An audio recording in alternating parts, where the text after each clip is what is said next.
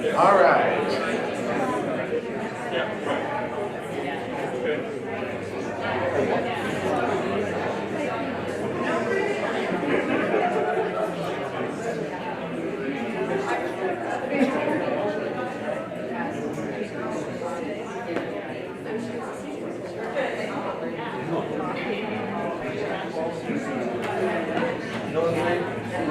Okay, if we can work on coming back together again and having a seat, we'll go ahead and get started for part 2.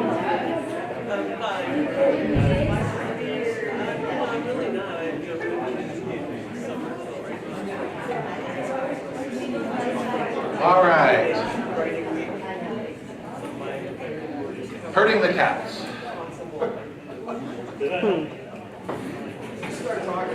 Yeah, that's what I figured. I'll have to show a video.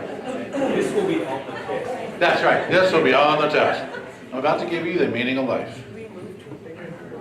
Now, we just got through talking about what we process, we learn.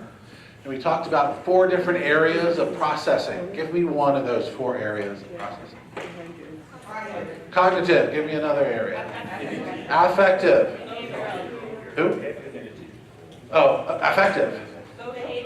Behavioral. Social. Okay, so what we process, we learn. We need to think about it in those 4 areas. We talked about 7 different principles. Without looking, can you give me one? Practice retrieval. Feedback, a lot of developmental feedback. Different context and purposes, so that's 2 more. Metacognition, awareness and control. Foundational principles. Okay, focus on the principles themselves. Okay? So we want to be thinking about these as we move forward. Okay, and that's where we're going to go. So what I want to do is give you a quick example of what this might look like in a strategy. This is also in your booklet. So this is oral. These are oral explanations, and this is something that I use in my class. I've taught undergrads, I've taught grads, I'm now teaching graduate students. What we're talking about here pertains to whether you're teaching undergrads or grads or 8th graders. Okay? It also works for your dog, doesn't work for your cat. So just keep that in mind as you move forward. In my class, if my constructivism class, which is kind of a postmodern theorist class, we go through 5 different areas. And what I traditionally did is at the end of each section, I'd have them write a 5-page paper. But what I discovered was they could take their notes in the book and the readings and give me 5 pages, of which they remembered none of it. It turned out it wasn't really a processing activity. It was a collating activity. And then they would write me 5 pages, but I realized they weren't getting anything out of it. So I thought, well, how do I change that? And I began to realize what I really wanted is I wanted them to be able to talk to me about it. Okay, and that goes back to what I was saying before. If you can't say it, you don't know it. So let me give them an opportunity to say it, because that requires different kinds of processing. They had read, and they had talked in their groups, things like that, but I've never asked them just to explain it to me. Well, how do I do that? I've got 20 students. I thought, well, I could have them all come to my office one at a time. I thought, that's kind of boring. That's so old school. I mean, come on, it's like analog. How do I do something, how can I leverage technology? So I said, well, what I want you to do is an oral explanation. And the oral explanation is, I want you to create a 10 to 15 minute video where you explain to me what you found most important about that particular ism. I don't want you to feel like in 10 minutes you have to give me back everything I gave to you in 6 hours. I teach 3 hours a week, one night a week. So 7 to 10 on Thursdays is constructivism night. So we do each topic for 2 weeks, and then they have to do one of these. I don't want them to just give, talk rapid speed and give me everything back. What resonated with you? What was really important? But you also have to give me some of the theory. I need to understand that you understand it. But then I need you to apply it to your life. Okay? So I know it's important, some of the things we talked about. I need you to make it your own. So talk to me about 3/4 of the way about what this theory is, and then apply it to your life in some way. Do a 10-minute video. Now, I want no post-processing. Okay? I don't want it to look good. I want you to do it and give it to me. If your cat walks across the screen while you're talking to me, just introduce me. Okay? Here's Rex, the cat. Students will do this all over the place. I can tell when they're doing it at work, because I get videos that look like this. Okay, and so we were doing this. And you can usually see behind them, and you can kind of tell they're not at home. There's, dividers or whatnot. Some do it at home, some do, I don't give them any, do whatever you want. You just need to communicate. I had one guy doing it in his basement. He had Star Wars action figures. And here's somebody from this perspective, and this Chewbacca is from this perspective, and how do they get along? And they're like hitting each other, and I'm like, oh, yeah, that works. Sometimes they'll do a slideshow, and they'll just video themselves doing that. Some do it with a whiteboard. Some hold up signs. Some I see their backyard. It's up to them. I just want them to talk to me. Okay? I don't want them to spend hours and hours on getting the video right. I want my transitions to look just right. I don't care. And then I use Dropbox. So we have a shared Dropbox folder. They create the video, they put it in the Dropbox. I then copy it to my hard drive, and then I look at them there. Okay? But the whole idea is I want to get them to talk to me. And now what's important is, from a processing standpoint, is what they do to prepare to give me that 10 minutes. Because there's no notes. I said you can have a little card that indicates, like, here's the topics I'm going to do. But you can tell if they have notes, because suddenly they start talking like this, and rah, rah, rah, and you can tell they're just reading. So I want them to just talk to me. And, and again, I say, if somebody comes home, I don't care. If you make a mistake, just start up again. Doesn't matter to me. But it gets them to process in a different way than a 5-page paper does. So I'm going to show you a quick example. Now this was about 13 minutes. I'm going to give you about 3 minutes of it just to give you a flavor. These are not overly exciting in the sense of, again, there's no chase scenes, there's nothing blowing up. It's just people kind of talking, but just to get a sense of what I get from this. Okay, this is oral explanation number 2, and for the last few weeks we've been talking about how students learn, and basically getting on the fact that it's not enough to know your subject matter, but you also have to have some knowledge of how humans learn and how the human brain processes information. So what we've been, sorry about that, there's bugging here apparently. What we've been talking about basically breaks down into 2 different things. First is the big picture equations, or what I've been calling the big picture equations, and that's these guys. And then second is the dual store model of human memory. Working memory. The human brain has a natural bottleneck. So in sensory memory, our capacity is infinite. And in long-term memory, our capacity is unknown, but it's very large, at least, so far as we know. But then in working memory, we get this traffic jam. So we can sense a lot and we can remember a lot, but when it comes to actually processing or manipulating information with our minds, that takes a little bit more energy and we really get stuffed up. So as teachers, we need to be aware of the natural bottleneck, and there are a few things that we can do to help alleviate cognitive overload in our students. And the first is chunking. Another way to help with our natural bottleneck is to make it meaningful. And finally, practice. Which brings me to my applications. And I guess what this really had me thinking about was our engineering program. That's currently doing some research with engineering education, and they're looking at problem-based learning and whether or not our current engineering pedagogy is really as effective as we wish it was. So if we talk in class about how experience is the basis of learning, so within the engineering program, if we're doing a lot of lecture-style classes, will that really provide students with the experience that they need to really learn what it is they're going to be doing as engineers? Also, doing problem-based learning within engineering, I think gives them real world problems to work on and allows them to see the purpose or the whole point of what they're actually learning, helping them keep in mind what it actually is that they're going to be trying to do with their engineering degree. That's my spiel on the PBL and engineering. And that is it.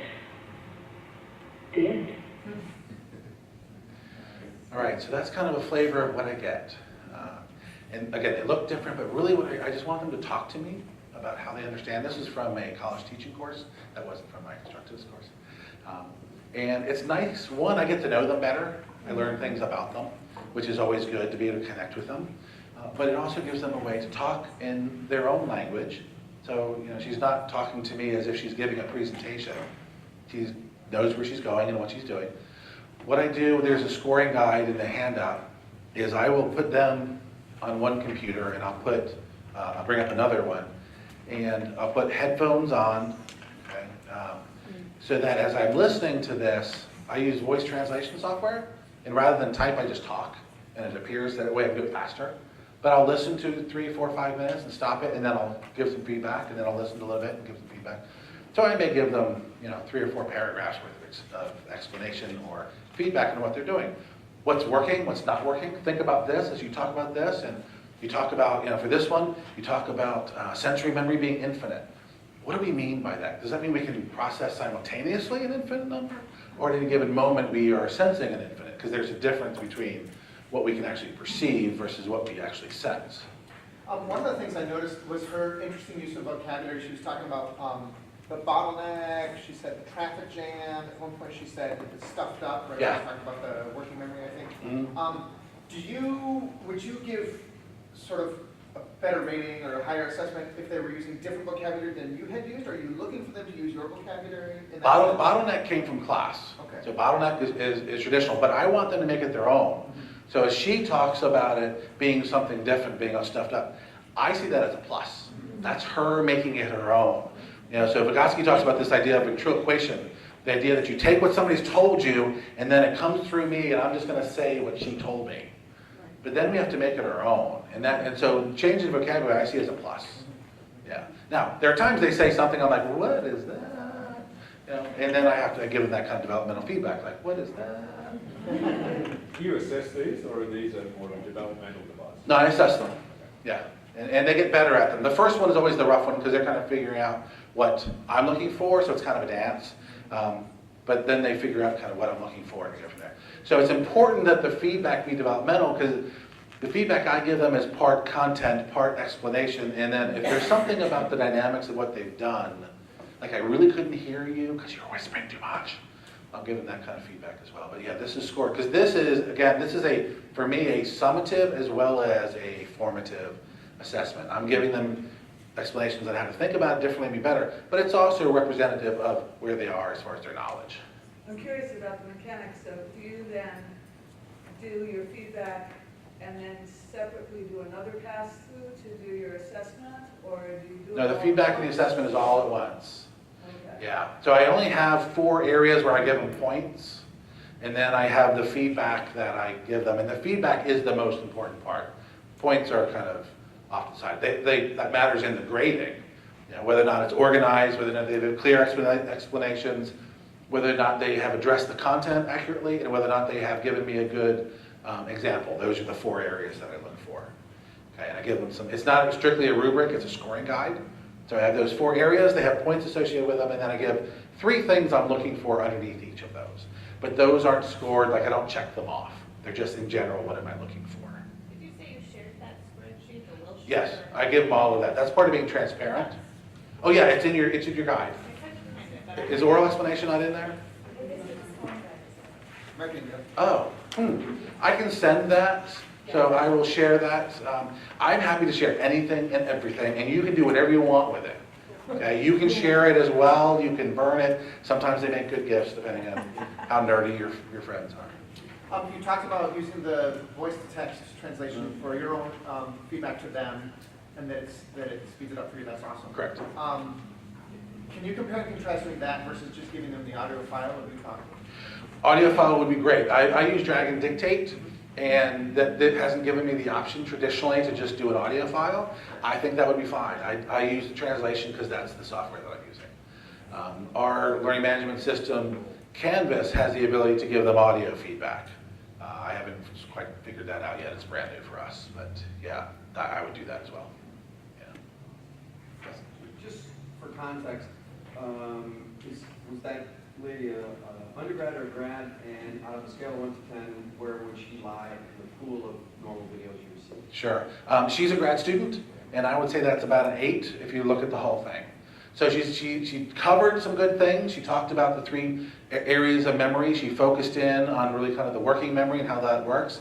Again, I'm not asking her to cover everything, but she did a really nice job of making the example really clear. There's more that she talks about relative to the engineering problem, but to me it was a good application. So yeah, and I'll be the first to tell you, I'm not a super strict grader. I'm looking for them to get a sense of what we're doing, especially in a course like this. Okay, so we'll do a couple more of these as we go forward. Oh, here's something that I want to share, because then I'm going to ask you to do something a little bit later related to this. So with the oral explanation, they're clarifying and communicating their understanding, key ideas in a 10-minute video. When I look at our 7 principles, and I think, so what is this strategy doing? Because if the strategy isn't hitting on our 7, I need to make sure I'm using it for a good reason. Well, they have to practice a retrieval. It's an example of them pulling forward what they know about memory and explaining it. So they have to do it themselves.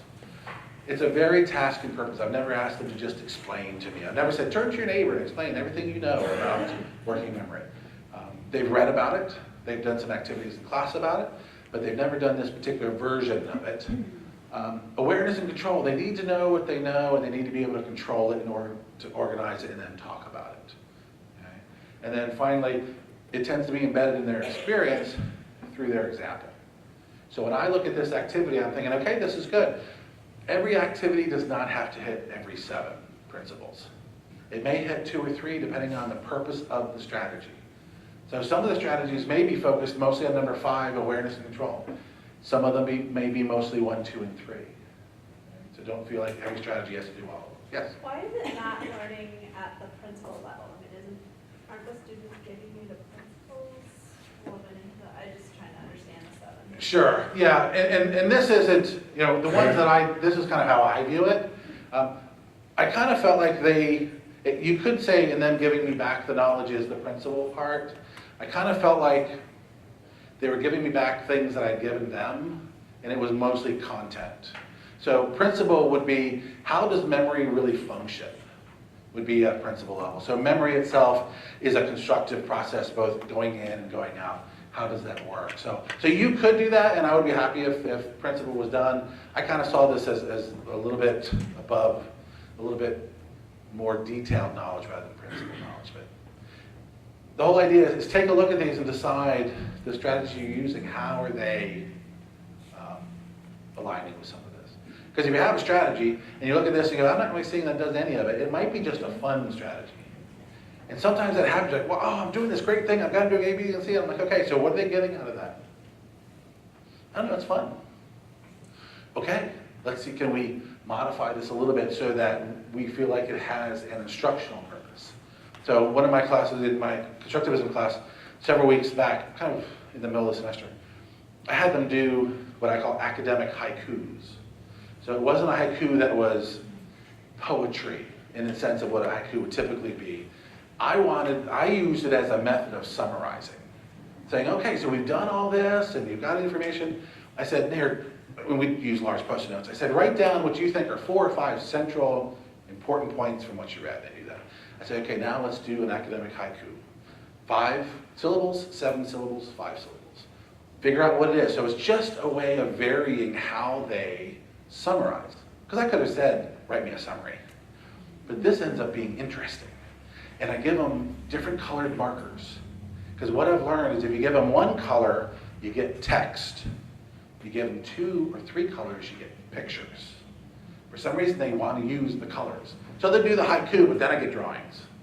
And to me, that's just part of them enjoying the class, but also doing what I need them to do from a processing standpoint. So we just need to think about what are the instructional rationale for what we're doing. Yep. you ever ask them to kind of pull out what we could have said in their doing? I have not, and that actually would be good, especially for the college teaching class. But yeah, I have not done that. That would be a good reflective way of doing this. Yeah. And I'm sure I will be stealing that idea. So we've talked about this. We're going to carry this with us for the rest of the day, and hopefully as you leave and move forward, you'll think, oh, where are my students processing now? Now, we're going to switch gears. So we're going to switch our hats here. We want to talk a little bit, we've got a sense of how students learn. How do we take course design and program assessment and merge them? How many people here are responsible for program design at some point? How many are responsible for course design? How many people teach? Okay, so if you're teaching, you're doing both of these. You may not know it, but you're a part of it. You're a part of the team that's responsible for this whole thing. And so it's important that we understand why we're doing what we're doing. And I understand that some of this is ongoing. At Tech, we are in the process of revamping our general education. Your Hamline plan is the same thing as ours. We're about 3/4 of the way. We've gotten it through all of the policy boards and whatnot. We're now into implementation. So we are working on everything that you're talking about. We are up to here in it, in a good way. Not like, ooh, we're up to here now. All right. So, let me back up. All right. To lead off this section and kind of frame it, as we talk through this, what I want to do is to give you perhaps a different way of looking at the relationship between how are we assessing our program, which could be your major or your minor or your certificate program, and what's the relationship between the coursework that we spend most of our time on. So it's a video that gets us to think about how does a change in perspective lead to a change in understanding. This is the end of publishing and books are dead and boring. No longer can it be said that we like to read. My friends and I, we don't like the way books feel in our hands. It's not true that I don't follow trends. I know what I want when I see it, and packaging is more important than content. I have to tell you, my attention span is too small for big ideas. And it's just not true that I read a lot and I like learning. I don't care. And you should never think I've got to be concerned with environment and sustainability. What I really hope you get is you've got to open your eyes to my values. What's important to me is what Lady Gaga is wearing. And I don't really care all that much what Gandhi did last century. I think it's unbelievable that you're actually listening to us. What's important for you is you'll find customers for your product. You think your job's done if we like your brand. We'll do it for you on Facebook, on our mobiles, me and my friends. Your market is dying. Don't think it's all going to survive. It is the end of the publishing industry as we know it. Unless you reverse how you see me. It is going to survive. Don't think that it's all dying. Your market is me and my friends. On our mobiles, on Facebook, we'll do it for you. If we like your brand, your job's done. You'll think of products for your customers. You'll find what's important for you is that you're actually listening to us. I think it's unbelievable what Gandhi did last century. And I don't really care all that much what Lady Gaga is wearing. What's important to me is you've got to open your eyes to my values. What I really hope you get is I've got to be concerned with environment and sustainability. And you should never think I don't care. I read a lot and I like learning. And it's just not true that my attention span is too small for big ideas. I have to tell you, content is more important than packaging. I know what I want when I see it, and I don't follow trends. It's not true that we don't like the way books feel in our hands. My friends and I, we like to read. No longer can it be said that books are dead and boring, and this is the end of publishing.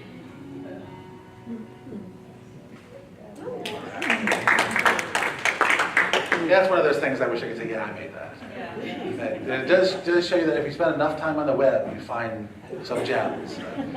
Usually woven among the cat videos and the dog videos, cars sliding on ice. So change in perspective can have a huge impact on how we approach things, and that's really where we're going to focus for the next half hour or so. As we look at the organization of institutions of higher learning, We have the institution, we have schools, we have colleges, we have department heads. That's kind of the upper level. And the colleges and department heads have programs. Okay, so it could be accounting, philosophy, linguistics, paralegal. So we're talking about majors, we're talking about minors, we're talking about certificate programs. Anything that has an organizational structure to it that are then built upon courses and experiences.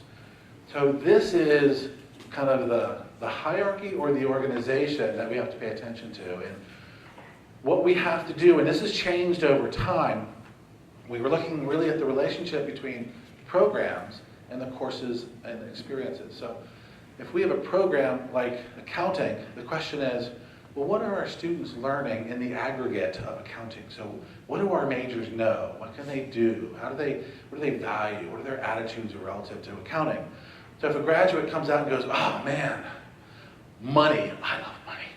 I want as much money as I want. I want a whole bed full of it, and I want to throw it up in the air, and that's probably not the attitude that you're looking to develop. And not that I've got a problem with money. I like money. But that whole idea of greed might not be really, objective 3, we will feel greedy about money. Okay? Generally not what you see. Okay? So this is what we're working through. Okay? The relationship between programs and courses. And we're trying to make sense of this, recognizing that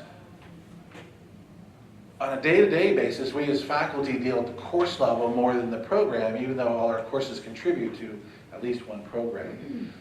So we need to figure out what is the relationship between the courses and the program and the courses and other courses. If you're anything like us, in our case, we have a lot of distinct courses. And I teach one, and you teach one, and you teach one. But I'm never talking to you, and I don't even know who you are, but I know you teach the 3rd version of this course. And so we're not interacting in our courses. Okay? I'm not saying, well, you just had this from Dr. Jones, and this is what we're going to do with it now. And as you move forward to Dr. Williams, she's going to be talking about this, so it's important that you put these things together this way. You don't usually get a lot of that. We plan when the accreditor tells us to plan. And then we go on for 5 or 10 years and we live our lives teaching our courses. And we come back to it 8 years later when the accreditors come back and say, so did you do what you said you were going to do? So we need to step back and say, this is part of creating students we're proud of. Creating students who know what we want them to know and ways to think and have the attitudes that we're looking for. We do it by design. Okay? Somebody over here was saying, learning's not magic, it's by design. And that's so true. We want to get away from this idea of just learning happens. Learning doesn't just happen. Okay? Sometimes it does, but that's the minority of times. We really want to plan this. We want to figure out, how do our courses relate to each other? How do they relate to the program? So we can understand, and when we do that, we leverage. So the power of 5 courses suddenly increases because we've been able to review. We know, as far as the principle of learning, that we learn over time. We don't learn because we covered it 1 week and then you see a lot of this. The very first course they take, they were supposed to learn some things. And then 3 years later, when they're getting ready to graduate, we give them an assessment and we're surprised that they didn't remember a bit of information from a course 3 years before. Of course they don't. None of us do. That's why that show, Are You Smart as a 5th Grader? That's why that's fun and funny. Because we've all had most of those questions when we were 5th graders, but that was decades ago. And we remember what we use and how we use it. So this is what we're looking at. How do courses relate to each other? How do they relate to the major? How do we do that in a way that makes sense? Because as faculty, we are busy. Okay? Have you ever gone to a meeting and when you walked out, you shook your head and go, that could have been an email? You just think, yeah, okay, good. Never before. That's awesome. Yeah, and then you go, well, that's an hour I'm never getting back. And what we want is we want to build programs and courses and experiences that leverage each other so that they're meaningful for our students. The last reason to do this is because an accreditor is coming to town. Yes, I understand that's important and we need that in order to build our institution, but that's not the real reason. The reason is to step back and go, what do we do to make sure that our students, whether they're coming through philosophy or they're coming through Spanish or they're coming through teacher ed or whatever it might be, that they're the kind of students that we're proud of to say, yes, this person graduated from Hamline and we know this about them. So we are doing it to influence our students. not because we've got to check off a box because somebody's going to come and see if we've done that. Yeah, that has to happen in a technical sense, but that's not a motivation really. So, all right. The relationship between programs and courses comes down to communication. Oftentimes it's strained because those who are doing the evaluation aren't talking to people at the courses, and the people at the courses aren't talking up here. We've been through this, and in School of Ed, we have both the accreditation for the university, and then we have NCATE accreditors, which are teacher ed accreditors. And oftentimes our left hand doesn't know what our right hand's doing, and so a large part of this is let's talk to each other about what's going on so that we can reduce any stress, increase the impact it has on our students, and so that we're not being redundant. Nobody has the time to do the same thing twice. So let's figure out a way to get past that. So why are we doing this? Kind of just talked about this. At the mantra level, we're fostering deep and flexible learning. So the first one is, what do we want our students to know to be able to do and value? So we've got to figure out at the program level, what are our outcomes? And then also our course has certain outcomes. So let's say they have to take 8 courses. Every course has outcomes that are specific to that course. Some of those course level outcomes then align with the program outcomes. So in achieving these courses and doing well, they should achieve the program, okay? And come out being awesome, because that's really what we're looking for. Our uber goal is awesome students. Design, have we designed our programs with that in mind? So alignment is huge. Here's our programmatic goals, and there are outcomes. Let's say we have 4 of them. Then we have these 8 courses. Can I draw a line from each one of those program outcomes to an outcome in a course? If I can't, we've misaligned. If I can, celebration time. But we've got to be explicit about that and make sure everything aligns. Because at some point we're going to go backwards. We're going to say students took all these courses, therefore they should satisfy the program. It got serious all of a sudden, didn't it? Got really quiet. He's talking about assessment. We need another word. What do we call it instead of assessment? No, we're not. We're going to change the culture and make that a happy word. Okay. You ready for this? Assessment. All right. So number 3. How do we know what students know, can do, and value, or assessment? Okay? At some point, and all assessment is gathering information and drawing a conclusion. That's all it is. Okay? How we gather the data depends on what it is our outcome is. But it's just gathering data. To me, it's a mini research experiment. I want to know if students can solve X types of problems. So what do I need to do? Well, I can give them some problems that align with that. I can gather the data of how they did, and I'll draw a conclusion. In general, how they do. So it doesn't have to be a technical, frown-producing assessment.